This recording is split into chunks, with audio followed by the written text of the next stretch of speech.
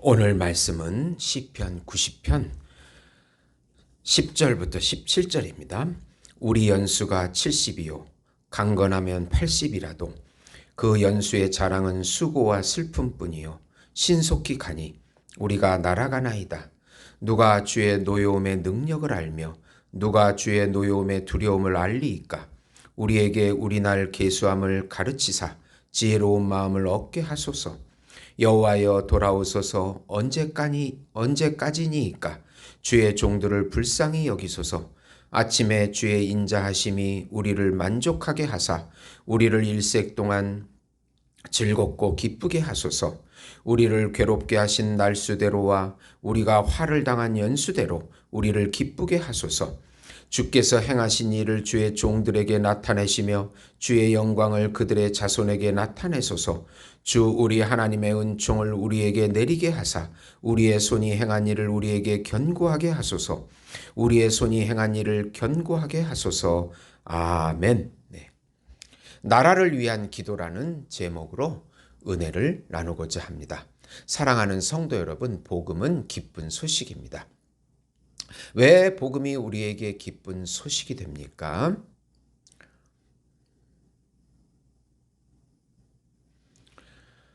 유일하신 하나님께서 삼위일체 하나님으로 우리에게 나타내 주셨기 때문입니다.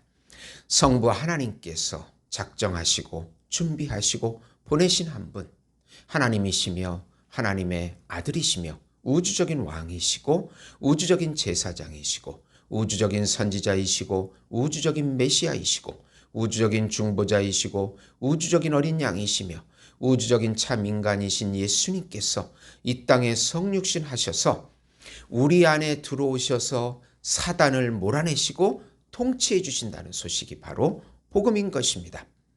예수님의 십자가의 죽음과 부활을 통해서 하나님의 본질인 생명과 하나님의 성품인 거룩과 의와 사랑과 경건을 우리에게 주신다는 소식입니다. 예수님을 믿고 예수님과 연합되면 죄와 사망에서 해방이 되고 율법의 저주에서 해방이 되고 세상에서 해방이 되고 사단에게서 해방이 되고 우리의 거짓 자아에서 영원히 해방이 되어 예수님의 참자아와 새 자아를 누리게 해주신다는 소식입니다. 예수님의 영으로 임재해 주시고 예수님의 말씀으로 임재해 주시고 예수님의 이름으로 임재해 주시고 예수님의 살과 피로 임재해 주셔서 영원히 같이 살아주시고 동행해 주시고 인도해 주신다는 소식이 바로 복음인 것입니다.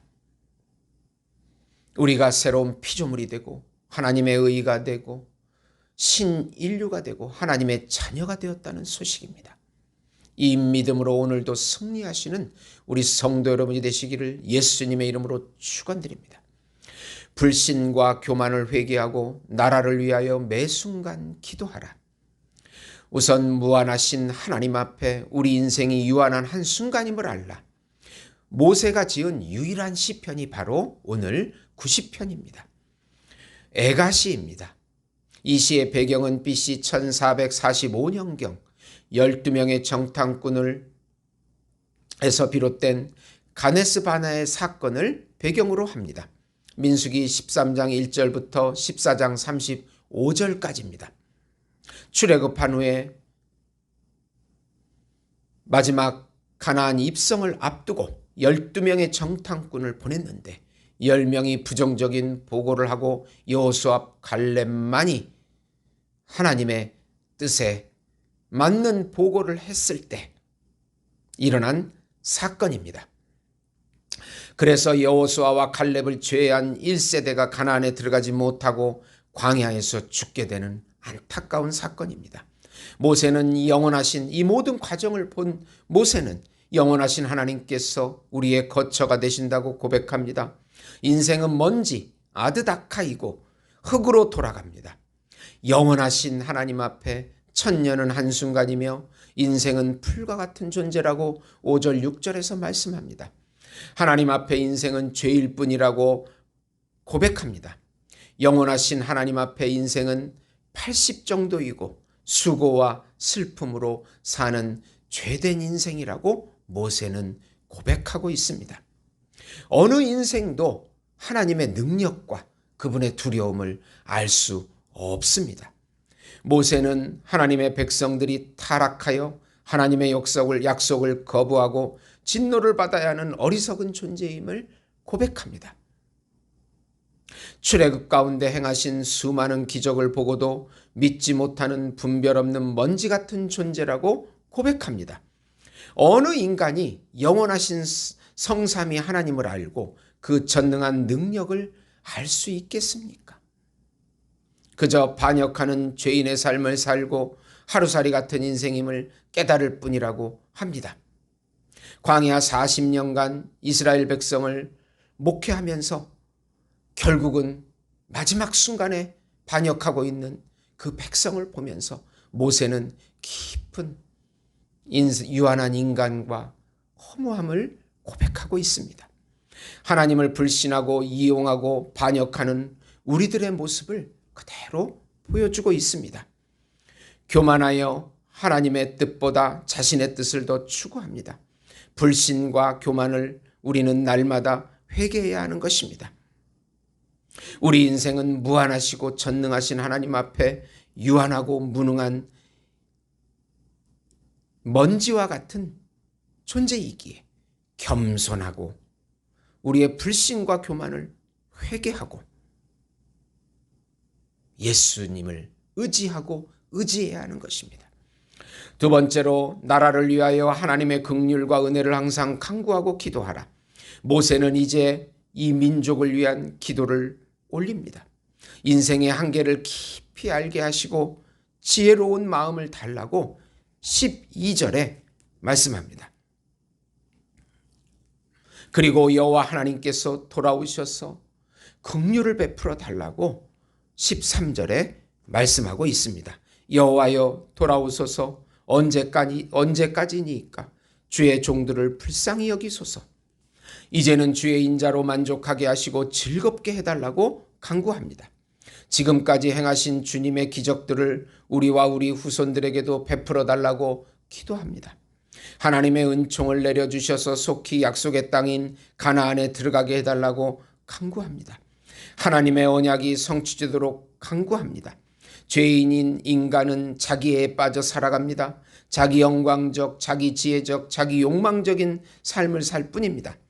하나님의 은총이 아니면 하나님의 언약을 성취할 수 없습니다. 지금 우리나라에도 수많은 문제에 봉착되어 있습니다. 출산율의 저하는 단지 출산율의 저하의 문제가 아니라 우리나라 전체를 붕괴시키는 원인이 될 수 있습니다. 이럴 때 우리는 하나님께 기도해야 합니다. 하나님의 은혜를 간구하고 기도해야 합니다. 이 민족을 불쌍히 여기시고 구원의 길을 열어달라고 기도해야 합니다. 우리 신앙의 선배들이 가난과 전쟁과 기근 속에서 눈물로 새벽 기도를 하면서 간구했을 때 우리 민족을 이렇게 부강하게 만들었는데 그 후손들이 하나님을 불신하고 교만하고 하나님을 떠나서 우리 민족이 흔들리기 시작을 하고 그럴 때 다시 한번 우리 인생의 허무함과 무가치함을 먼지임을 고백하고 하나님을 의지하고 하나님께 간구할 때 하나님께서 우리 나라와 교회와 가정을 다시 살려주실 것입니다. 이 민족을 불쌍히 여기시고 구원의 길을 열어달라고 지금은 열심히 기도해야 합니다. 빌립보서 4장 6절 7절 보시면 아무것도 염려하지 말고 다만 모든 일에 기도와 간구로 너희 구할 것을 감사함으로 하나님께 아뢰라. 그리하면 모든 지각에 뛰어난 하나님의 평강이 그리스도 예수 안에서 너희 마음과 생각을 지키시리라고 약속해 주셨습니다. 우리 주변에 있는 이 엄청난 수많은 문제들 우리가 도저히 해결할 수가 없습니다. 예수 안으로 가서 그분이 주시는 평강과 안식을 누리고 그분께 간구해야 하는 것입니다. 이럴 때만이 하나님께서 우리에게 구원의 손길을 베풀어 주실 것입니다. 하나님 아버지 감사합니다. 이 산 같은 문제 앞에서 우리가 연약함을 느끼고 먼지와 같은 존재임을 고백합니다. 하나님 아버지 불쌍히 여겨주시고 이 타락한 우리 민족이 다시 회개하고 돌이키게 해주시고 겸손하게 해주시옵소서. 불신과 교만을 회개하게 해주시옵시고 다시 예수 안으로 들어가게 해주시옵소서. 예수님을 의지하게 해주시옵소서. 우리를 괴롭히고 있는 더러운 영들은 다 떠나가게 해주시옵소서. 예수님의 이름으로 기도드리옵나이다. 아멘.